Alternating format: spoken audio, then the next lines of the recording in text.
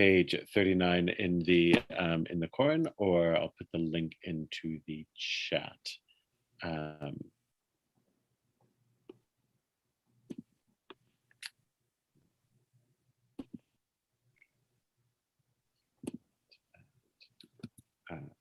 may have already had it there. The link into the chat if you want to view it online. Stephen, so Arlene, and we will it'll go in. This is 7a, page 39 in the text, and I just put the link in the chat if you're looking online. So the bracha for Torah study is Baruch atah Eloheinu melech haasher k'shanu mitzvot v'tzivanu asok b'divrei Torah. Rabbi, sir, the reference in Sfaria is 7a at the very top. I'm going to start. I'm sorry. Thank you. At the very top of the page, which is because we didn't get that far last time. Because again, I find this thing fascinating, where it says from top of page 39 at the top of 7a, Rabbi Yochanan, Rabbi Yochanan Mishum Rabbi Yossi. From where do we know? How do we know that Kadosh Baruch Hu davens, mitpalel, that he prays? And because it says in Isaiah, "Eviotim el har kodshi, v'esmachtam v'veit tefilati." I will bring them to my holy mountain and make them joyful in the house of my prayer. Tefilatam lo ne'emar, doesn't say their prayer. Ela tefilati, it says my prayer. From here, we learn that God prays because it says my prayer. And instead of reading it the way that it surely was meant, which is their prayers to me, they're sort of like doing a literal read, which is really a literal deliberate misread. My prayer, I God am praying. And this gives them it's an opening for again, like sort of like what's going on here. Who knows, but I think it's sort of like an inquiry into God's nature, and sort of in a way to, again, if the whole idea of God is sort of this question of like what's life in the universe about, this gives them an opening to explore it. And it also, I feel it's almost also a little playful, right? My matzle. So logical question: if God prays, what does God pray? I know what I pray. What does God? We got last time, Amar Rav Zutra Batuvia Amar. He says, Yiraton milfanai, may it be my will. Essentially, may it be my will. Yikabshu rachme et kaasi. That my rachamim, rachmanas, my mercy, capture or overcome my anger. Vigadlu rachme el midotai, and that my mercy be greater than all my other than my attributes, my other midot. Right? There are other God.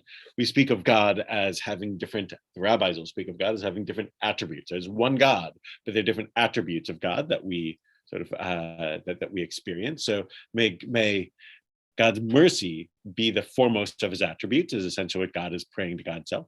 And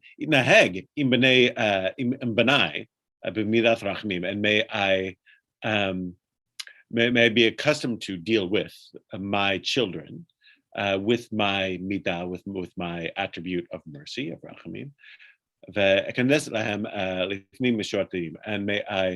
And may I enter before them, also a radical phrase, lifnim mishurat hadin, which is a halachic phrase meaning beyond the letter of the law, which we'll unpack, but in brief, beyond the letter of the law in Hebrew means treating somebody better than you strictly have to. So we'll pause there. So we went over the first line last time sort of in detail, right? May it be my will that my mercy overcome my anger. That's the first part of God's prayer to God's self. God prays God's self that God's mercy overcomes God's anger. Then the second part is, and my mercy prevail over my other attributes. it's not just anger here. It's sort of going out. Like God can, what are some other attributes that God may show? Justice, right? The rabbis definitely will say that justice and mercy are in tension with each other. To treat somebody the way they deserve might not be the most merciful or kind way to do it. This is, again, like the every so often, speaking, I'll let you off with a warning this time, or I understand you had a hard day, so so I'll forgive what you just said, or whatever it might be, right? Treat somebody mercifully rather than justly. That's part of probably what they're thinking there. And may I conduct myself towards my children, most likely the children of Israel, but like not necessarily. And you notice here, if you look in the English, Israel is in the lighter face, meaning that that's the interpolation of the 21st century translator. The Hebrew here is just Benai, my children, with the attribute of mercy. That my children are treated that to be that I enter before them beyond the letter of the law, meaning better than they deserve. Pause. I find this very circular logic to me. We You? pray to God to answer us. Sure. And God prays to himself to answer himself, which is, it doesn't make a lot of sense to me to do that. You know, It's the other incredible. thing is he does it according to the law, but God was the lawgiver. So What sort of God is this? I know. That's what's amazing about it. Like, this is one of those things where, like, if one of us said it, we would we would think ourselves heretics or whatever for saying or thinking this sort of thing. Here it is again.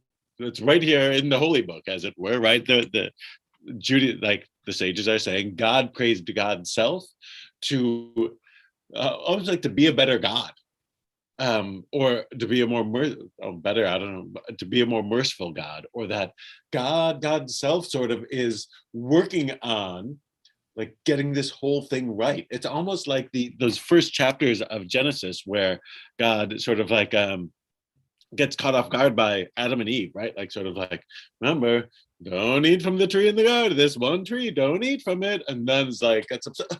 Well, I told you, how could this go wrong? And God sort of like is like learning on the job. And it's like, well, then there's a whole thing with Cain. Like, I'm going to punish Cain, and you're cursed forever. Then Cain's like, oh, this is too much for me. It's like, all right, I'll let you off. I'll give you this mark, and, and then the whole Noah story, like sort of like the, you know, like, ugh, I'm regret creating people. I'm going to wipe them out. Then afterwards, like, all right, I won't wipe them out again. Like, there's this whole thing where God's like learning on the job, and then like sort of God becomes something else and a little more distant and grand and things like this. This is almost taking God like back into those first chapters where God's like, you know what, I need to do some work. Maybe I need to see somebody because I get angry sometimes, and may it be my will that my mercy overcome my anger. I almost look at this a little bit, it's like a celebrity endorsement. Like if a celebrity says, buy this, I'm like, whoa, if God is praying, maybe I should be praying. Right. Or maybe more to the point. I think that's a good take. Meaning that what might they really be saying? Again, who knows? But one possibility is that they're saying, if God thinks that God should be more merciful and less angry and treat people with greater kindness, then I should be more merciful and treat people with greater kindness. Prayer, they probably assume, meaning that, you know, maybe in our society, prayer is a high bar. For them, I think prayer is a low bar. But creating people who can say nice things even about Route 22, that might be part of their goal. A reference to the conversation earlier. Question. Yeah. So where does Sutra Bartovia, where Where does he get that this is what God says? I don't know. Where We is don't this know. written? He doesn't. Let me check my book on like all the sages because his name isn't. But I think I checked it last week. Like outside of class because I feel like I got a bookmark near it. Yeah, exactly. I mean, I can't even put words into your mouth and be comfortable knowing that what you would say. And yet he's comfortable saying, this is what God would say. So we don't know is a short answer. It's a third century student of Rav. The right, because he's saying it in the name of Rav. So he's actually quoting his teacher Rav. Rav is one of, if not the greatest sage of his age, late second, early third century in Babylonia. He's one of the most frequently quoted figures. But the short answer is we don't know. Is he saying this and it's all with an implied as if, or is he saying this is what God should pray? Like sort of like well, as if one is sitting around and be like, well, if I were the president, then I would blah blah blah blah blah. Or if I, so it's sort of, if I were the manager of the team, I would blah blah blah blah. So if I were God, I like with the issues God has, which is getting angry frequently, I would pray this. So maybe it's an as if, but it's not stated that way. So we don't know. It could be a projection, could be from natural, like communing with God, like who knows? In a moment, we're going to get something from, and we're going to get a similar statement from where they will tell us how he knows it. I know, I read ahead. I know, I did read ahead. But then this calls back a question that I've asked once before about the temporal sequencing of statements in the Gemara. So, jumping ahead, it describes what one rabbi experienced, what a high priest experienced, that he had a dream, and this is what he prayed on behalf of God. And now it's the same words coming back, but in the first person instead of the second person. Yeah. So we'll see. So yeah, the next piece will give a possible answer to the question. Rabbi, Yeah. could it also be that if he's saying that God should say that, God should say, my mercy should overcome my anger, then that's sacrilegious. And it's better to say that that's what God's thinking. Right. That got right. It's no, I said it.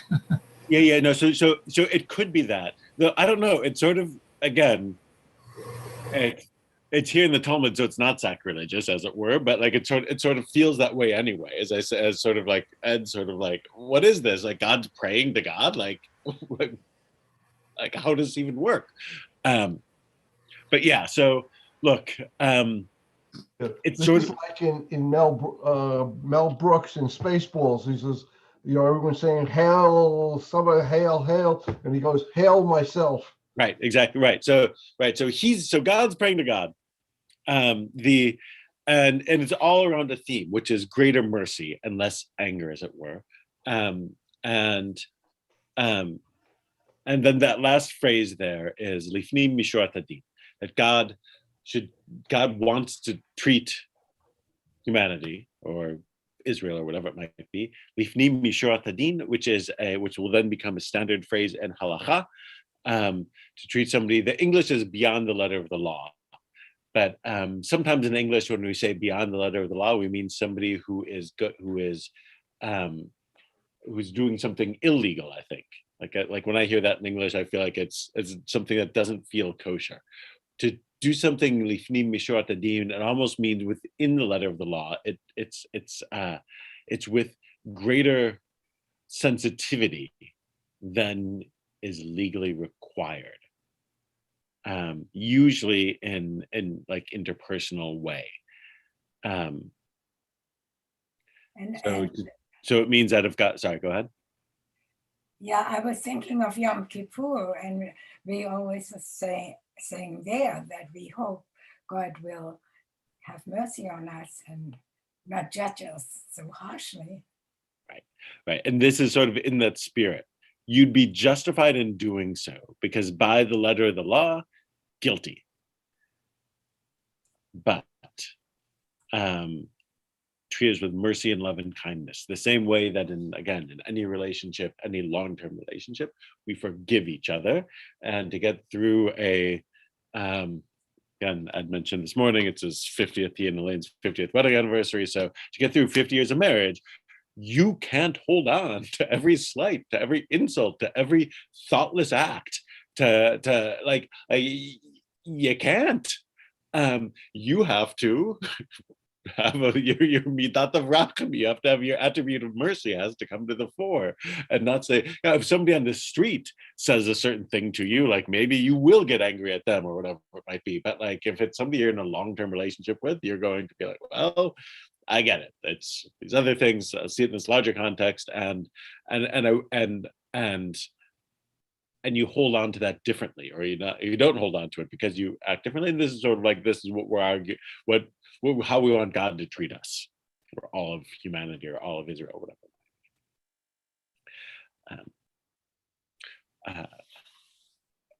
So how does he know this? This is one possibility. So now the editor is going to. We got here because there was just a sort of like random reference to the house of my prayer. Then we have what's God's prayer. Now the editor knows this, and he's going to insert a story that came earlier, an earlier story, meaning timeline earlier. He's going to put it here because now it's on topic. So again, the editor, whoever that the stam of the Gemara we call him, like has like all of these pieces in his head or wherever, and sort of slides them in. To create a Tanya. So it was taught in a Baraita, which is to say, teaching from the time of the Mishnah or before, which is earlier than the piece we just had quoted. If the Amar Rabbi Yishmael ben Elisha, who is that's who my page was on before. He we'll see who he is. He's a Kohen Gadol. So he's living in the time of the Beit HaMikdash. So again, I said that's Rav Zutra Bar Tovia is living in the 3rd century. So he's living in the year 70 or before. He says, Pamachad Niknasi Liktir Katorat Lifnei Velifni. He says, once I entered the innermost sanctum to offer incense. Now, the innermost sanctum, of course, is the part of the Beit HaMikdash that only the Kohen Gadol can enter. So he's they insert here that the fact that he's entering there means that it must be Yom Kippur. So like this is like the day where there are concentric circles, as it were, of holiness in the Beit HaMikdash. There's the whole world filled with God's glory, and then there's the land of Israel, which is a level up, and then there's Jerusalem, which is a level up. Then there's a Temple Mount, which is a level up. And then there's the outer court, which is a level up, and everybody is allowed in there. Then there's an inner court, which is only Israelites. Then there's an inner court from there, which is just Kohanim, and then there's the Holy of Holies, which is just the Kohen Gadol, right? So it sort of like gets narrower and narrower. So he's going in on the holiest day of the year as the holiest man, as it were, meaning like the one person who has this sort of level of access as the Kohen Gadol, to the inner sanctum.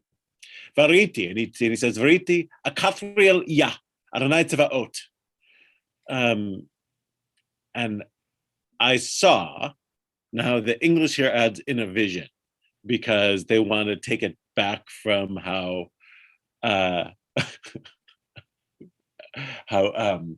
aggressive this is, but again, note that the innovation isn't there in the Hebrew.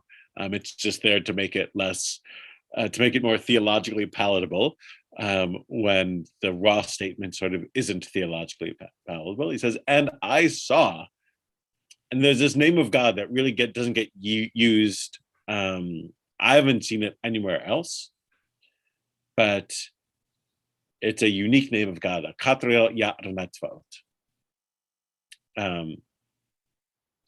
They add one of the names of God expressing his ultimate authority. This is saying, he says, I saw God, whatever that means. Because God, of course, we know, has no form, no whatever. He sees God's presence, whatever it is.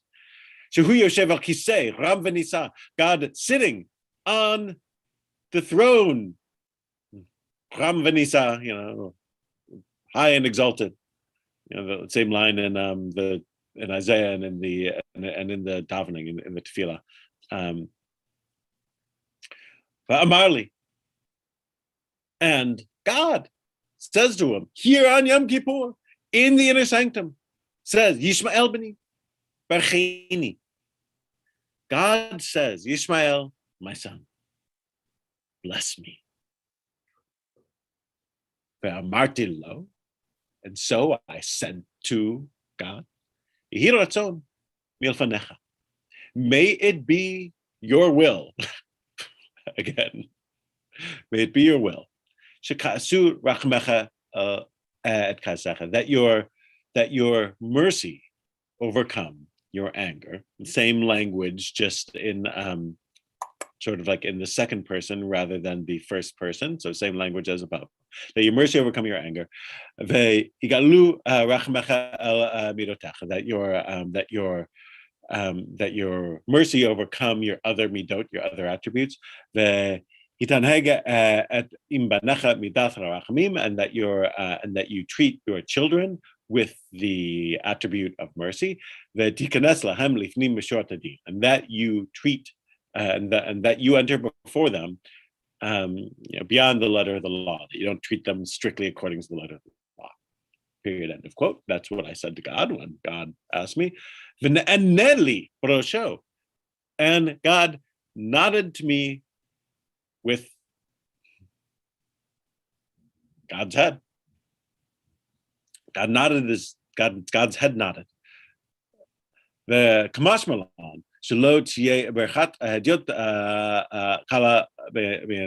and from this, the editor comes back in and says, and from this we learn, don't treat the blessing of a common person lightly. So, if you thought the earlier thing was problematic, this is wildly problematic. So we answer the question of how does he know what God's prayer is? But we have a whole, we create a bigger problem with it. But so this is a great story from obviously late Second Temple period. High priest comes out, says, I went in there on Yom Kippur and I saw God. God asked me for a blessing, and I said to God, this whole thing, your mercy overcoming your anger, and I got a nod, and a sort of an approving nod in return. And this teaches us A, what God prays, B, what that even if somebody, as it were, socially or in the flow chart of life is quote unquote beneath you, gives you a blessing, you should be pleased with it. Just like God, infinitely greater than Ishmael, seems pleased with the blessing that Ishmael gave him, then so too for the rest of us who are closer to anyone else in the flow chart of life should appreciate any blessing that people give us, even if it's coming from somebody who's not above you. This is, first of all, okay. Back in Exodus, when Moses was given the 10 Commandments, he could not look upon the face of God without getting smoked. And Smiced, I believe, is the technical term. Spiked or smoked, whatever they call it. And here, God is personified and comes to the high priest and tells him to bless him. This Yeah. Again, if I got on the Bema and said this, like people would be like, what sort of rabbi? Like, rabbi, teach Judaism, not like some, yeah, no, here it is. This almost seems like an ego trip for God. Why would God be asking somebody, to bless him? Right. Does God need Yeah. blessing? Right. He should What does God need this for? Is it, I mean, who knows? I mean, I think the best, excellent question, I think. The answer that leaps to my mind is sort of like, is only like, it test like, how well do you know me? How well do you know? How well do you know me? And like, and the nod again, as it were, is sort of a yes. That is. And were I to need a blessing, this would be the proper blessing, as it were. And so so Rav and then Rav Zutra sort of like take this story and then read it back into the tefillati, into the house of my prayer bit. But yeah, all right, others. Right? It seems interesting to me that the Kohen Gadol just had a conversation with God, and yet he teaches that an ordinary person shouldn't be taken lightly. He's being very humble about it. Right. Well, yeah. So he might be being humble about it. Though that might be why he merited the vision.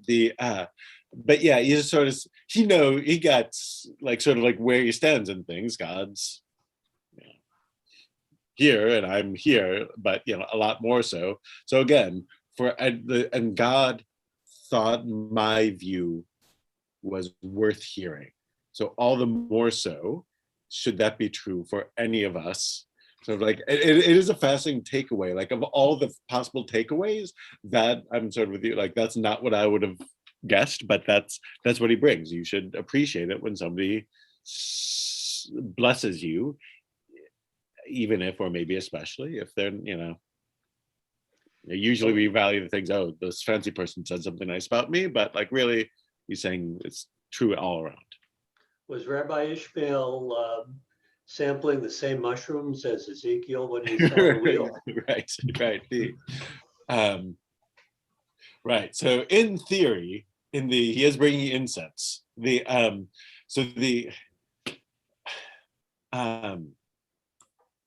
theory, on Yom Kippur, like the Kohen Gadol is supposed to be at his sharpest, right? Like he's supposed to be on.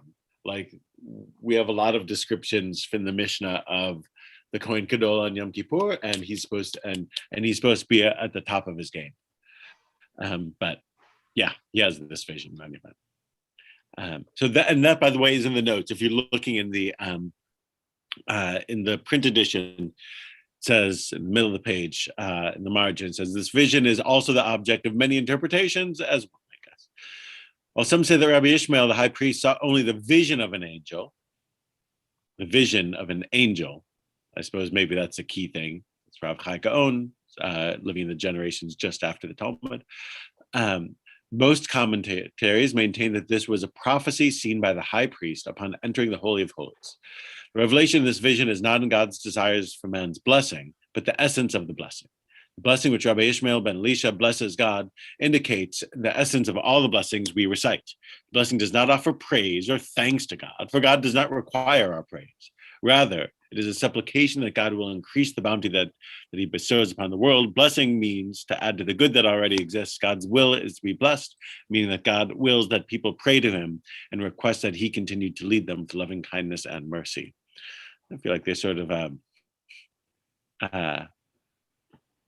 they're watering it down a bit.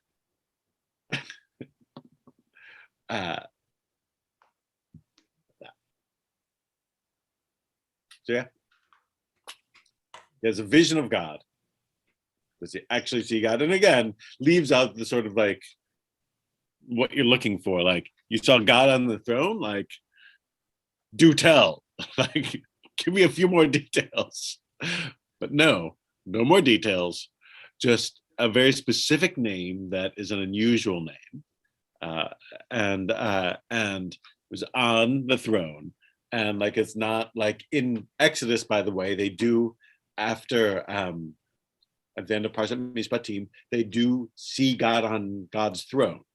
At the end of chapter 24, maybe.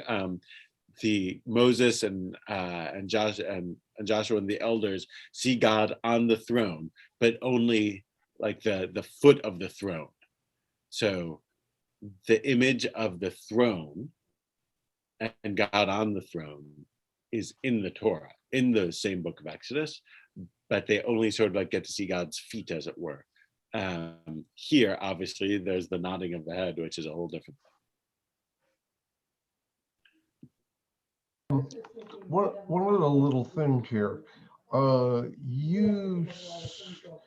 The Kohen Gadol was at the time of the temple, probably the second temple.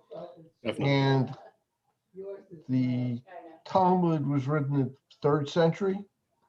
So Well, there's at least 300, maybe 400 years in between. So all this had to be a verbal telling of this, because it wasn't, because the Talmud canonized a lot of these things that weren't written down until then. correct. Yes, yeah. No, so that so no, there's no argument that this was like that he ran out and wrote it down. There's that's whenever it says Tanya, here it's translated it was taught, is a they're taking a piece of the tradition that's from the time of the Mishnah or before. But there's none of this is supposed to have been, is written down after the fact. When there's a debate about sourcing, or when there's a difference in wording, or when people are debating like, is that really what he said? That will be noted. That doesn't occur here. By the way, you see though, sort of like the punchline of it is, and is that the 300 years later version is the Rav Zucha Bar Tuvia is more or less the same wording as the Rabbi Yishmael ben Elisha version. But fascinating, totally heterodox, as it were, meaning it seems to go against a lot of traditional Judaism, but this is part of the Talmud, right? Is that it doesn't it includes these sort of multiple perspectives, even the ones that are going against the grain, or here sort of like contradicting a few fundamental principles. But here it is. And again, like, you can explain away, it was a vision, it was just an angel, it was this and that, but like the bare words aren't that this was a vision, or it was a dream, or it was an angel. So there are ways of sort of like of making it more palatable, but you can also leave it in its original unpalatable form. And there it is. Another instance of sort of this fascinating way that it's not a you can't believe everything in the Talmud. Like, there are different perspectives there. Part of what makes it amazing. Next piece. By the way, it's sort of amazing where they go with it after this story, which is, sort of earth-shattering, as it were. I'm sorry. My attention was just drawn to the last phrase, and that's the all the more so that a man must value the blessing of another man. Nice. What is that tradition, other than the Kohanim who would give the priestly blessing? What constitutes the blessing from another man? That's sort of like, if I think, and I could be wrong, but like, I think it's other people on the social ladder. So if you're, I don't know, like in our societies, sort of like status, levels of status. This is, you know, if you're a white collar worker, honor the honor what the blue collar worker says to you, whatever it might be. Like it's, so it's not. I don't think it's a and the Kohanim formally bless, but this is if somebody offers you a blessing. Well, that happens. That has happened to me frequently from my born again neighbor from Bridgewater. You know, it would be a regular thing to say bless you, or God bless you, or may you be blessed, or something like that. It was a regular thing, and I always accepted it, but it never, I'll tell you, it never felt quite comfortable. It just never felt to me that another person could invoke God and bless me with God's grace by their words. The tradition does take the ability to do that seriously. And in our sort of like, you know, secularized culture, like we tend not to use the language of bless as it doesn't flow from people's mouths as much. We say things like, you should be well. That's a Jewish twist. Or people you could be worse. I'm glad you could be worse, you know. I never left my grandmother's house without her giving me a blessing as I walked out the door. Okay. So there's that. I think that just sort of like, again, like there's a I don't know. I feel like there's got to be like easy non-Jew, or like not necessarily so like Jewish, you know, casually Jewishly inflected ways of saying like just the you should be well, or soon by like what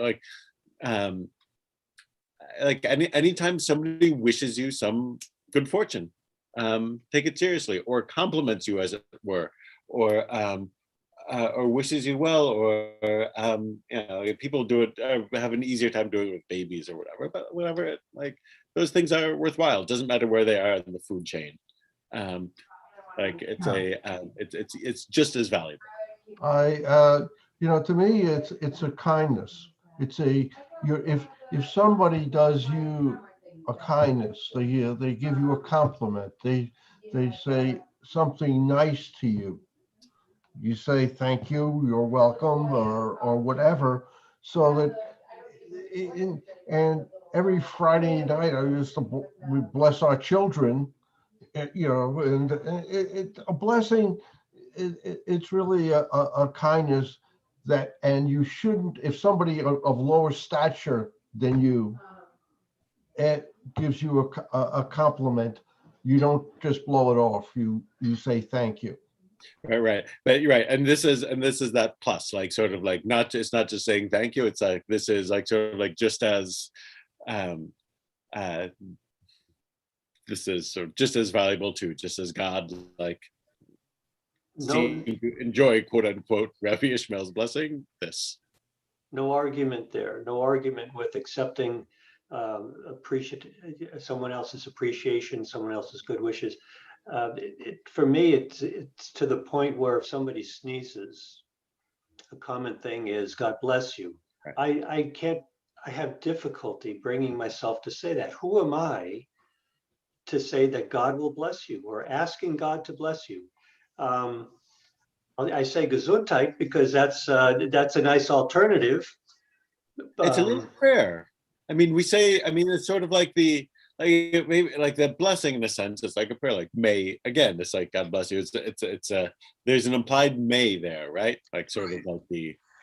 Rabbi, I think I understand and appreciate the distinction Jack's making, but isn't a common terminology, may God bless you and look upon you, etc.? Isn't the may usually accompany asking God to bless you?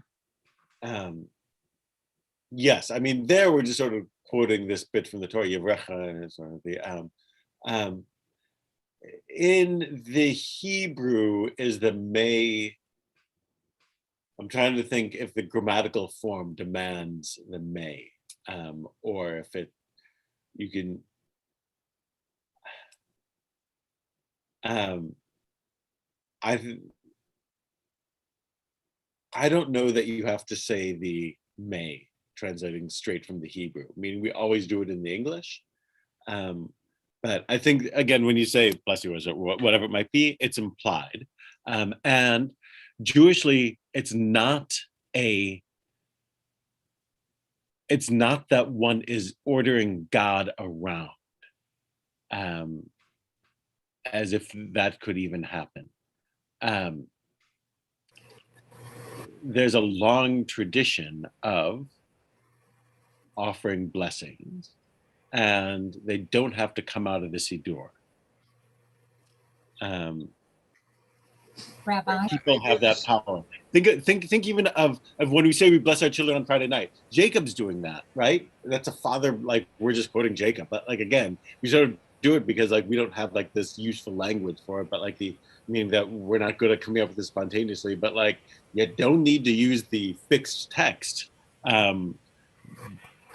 You can make your own blessing, and there's a strong idea that people have this power to bring blessing into the world, and this is sort of like a great example of that sort of like the high priest does vis-a-vis God, so we do vis-a-vis each other. Like we can offer each other blessings, and it's a powerful thing. People say, like your blessing. Jack made another point, I thought, that when he mentioned his neighbor, and I've often thought of a distinction between Jews and Christians, and that you frequently hear Christians evoking Jesus in a way that Jesus will save you if you recognize him, et cetera, et cetera. There seems to be this concept in Christianity that Jesus, the God through Jesus, will act if you do certain things. If you accept him, he will save you. And I don't think we as Jews have I don't know of a comparable sort of concept there where if you do something, you're kind of guaranteed acceptance by God. I mean, It is not sure. Classical Christianity sort of like has like some streams of Christianity have that sense to it, though it's outside of maybe a Calvinist framework, like it's followed by like you demonstrate that through your actions, right? Like but that's in line with this sort of statement of God's mercy, like my understanding of that is that's God's great mercy, that God's not, as it were, bound by that, but God chooses to be bound by that. That if you accept me, as it were, then I will forgive you. And so that and our framing of that, as it were, is if you do the mitzvot, like then you'll be all right. Like this is it's not as sort of like bumper sticker oriented. It's not as short, but there's a sense of, but there's certainly a sense of that. That's. Well, I've often suspected that that's why there are a few million Jews and a few billion Christians, because it's an easier concept to grab hold of, I think. Absolutely, right. I mean, without a doubt. But yeah, that's it's a. That is the case, though I will say, like sort of strikingly, because that I haven't thought of that in connection with this text, but in each case, it is the essence is one of rachamim, of mercy, right? That if God, like the whole being saved is that I'm a sinner, and I sort of throw myself at your mercy, and then I can be saved. We can all sing Amazing Grace probably, and that's sort of the essence of it, right? Like the grace means that grace is this chesed rachamim, right? Like it's the same how you translate. Like the here it's God saying like, yeah, like I wish I want to use that more. And in Christianity, it's a step up. But yeah. Anyway, so blessing is something that Jews are supposed to feel freer doing with each other, I think. And here again, like notice that the if part of, to pick up on what you're saying, if part of a classical Christian critique on Judaism is that it focuses is that the Old Testament God is angry and the New Testament God, as it were, and to use these broad stereotypes, is kind and merciful. Here, notice there's I don't think they've internalized that bit, as it were, but there's a recognition that God could use a bit more mercy.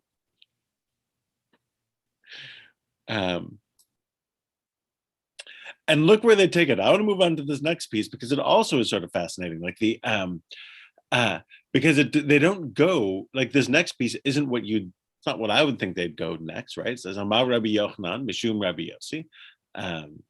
He says this is generations between the two previous stories. Minayin she'ein ratzin lo adam v'sha'ar ka'aso.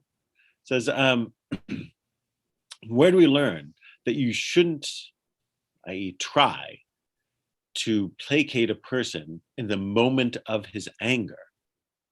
Dichti. It's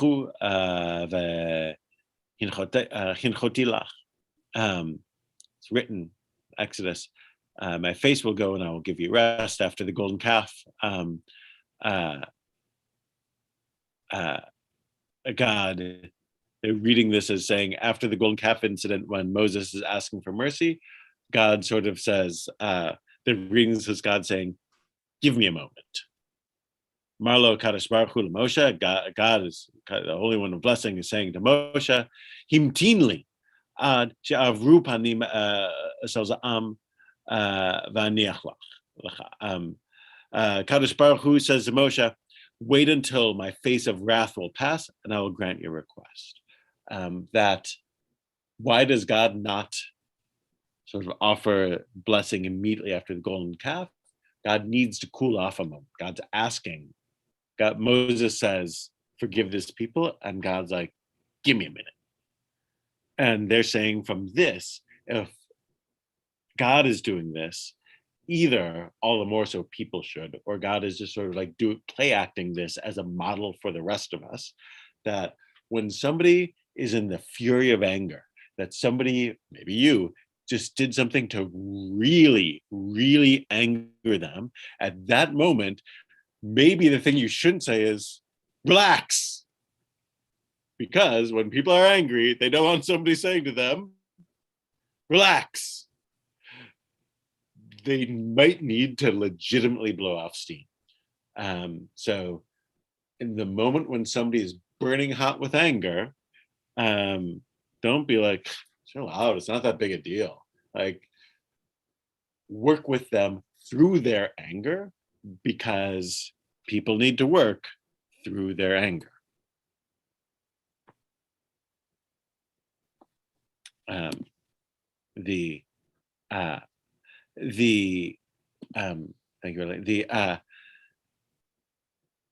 So that's a little bit of that's just a little bit of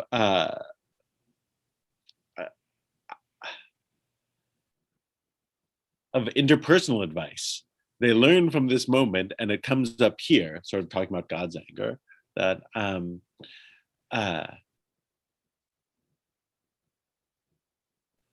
there's a time to reason with people, and that's not at their most angry.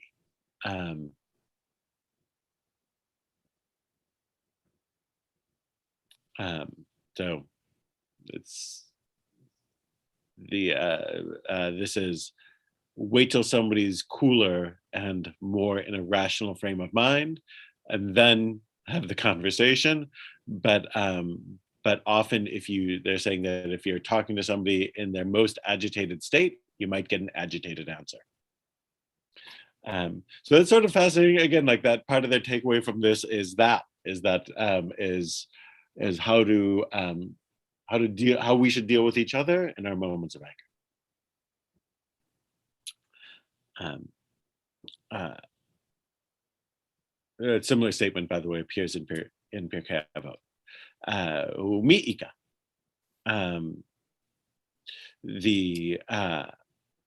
By the way, that last piece I think of often in times of like in the recent tragic conflict between Israel and Hamas and Gaza, the best times for reasonable conversations with strong partisans of the of Hamas or strong partisans of Israel isn't during the conflict because and I include myself in this category, like at moments like that, I'm way too worked up to be totally reasonable. It's easier for me to have a conversation on it now at a distance of 2 weeks than it was like in the middle of the fighting.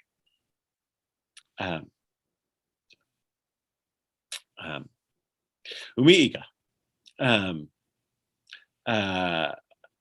Umi'ika Rachata Kaimed, the Kadosh de Kutsabrichu says, wait a minute. Now the sort of like the editor of the Talmud comes in and asks a question. The thing's like, wait a minute. Is there really anger with God? Like, what do we do? Like, sort of like now finally they're like, wait a minute. This all feels very anthropomorphic, but they're not going to anthropomorphic in this whole sitting on the throne bit, but they're going to anthropomorphic in terms of like anger, really? Like whatever God is, can we speak of something like anger with God? Like, wouldn't God sort of like work totally differently? Im. Kumaran says, yeah, the Tanya, because we have a teaching that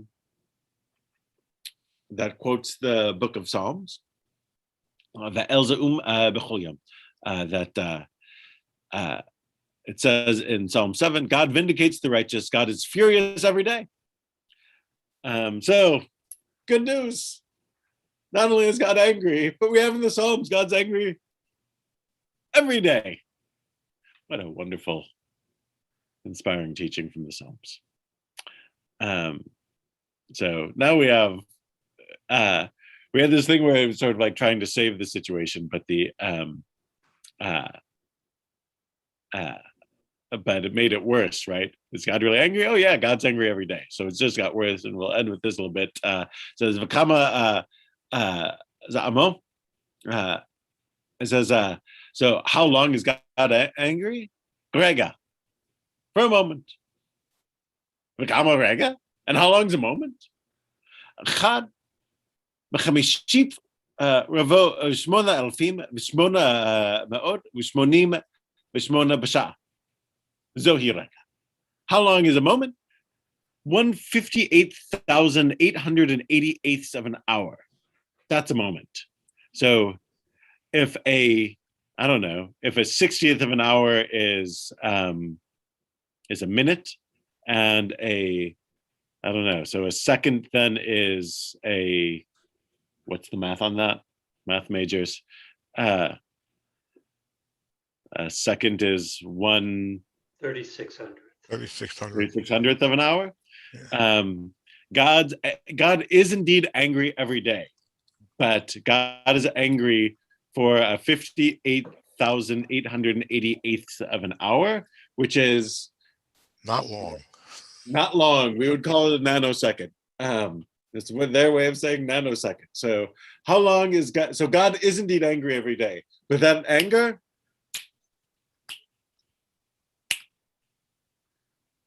is just a blip. Now, next week we'll go to how we know that it takes this long. And we know it from Balaam, but notice how it swings back and forth. God is angry. God needs to control God's anger. Can we really say God is angry? Yes, the Psalm says God's angry every day. Every day. Oh my gosh! How long is he angry for? A moment. How long is a moment?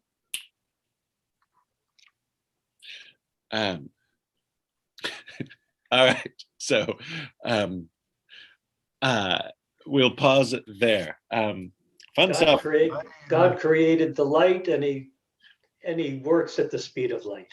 Works at the speed of light. Yeah. Notice here it's sort of incredibly short. Yeah. Like this is notice. Right. Yeah. Amazing use of time. Arlene, safe travels. And next week we'll do our last class, and there's a and sort of like we'll still be here. Will it be Thank you. live or still Zoom? We should probably stick why don't we stick on Zoom so that we can make sure that we're